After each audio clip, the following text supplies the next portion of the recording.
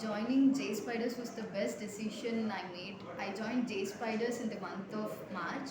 So by June and all, I got placed. So after 2-3 months itself, I got placed from Jspiders Rajajinagar.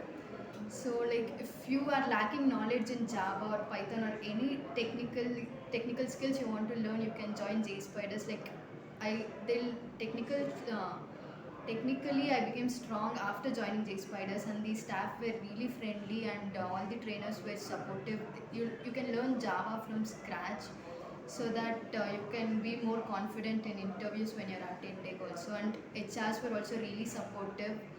This was the second company which I got placed in. First company I got rejected. Later on in the month of June, I had attended the face-to-face interview round. There was one coding round, and the second was technical round and HR round. So in the month of June, I got placed. So next month, August 1st is my joining date. So this is about my journey in Jspiders strategy.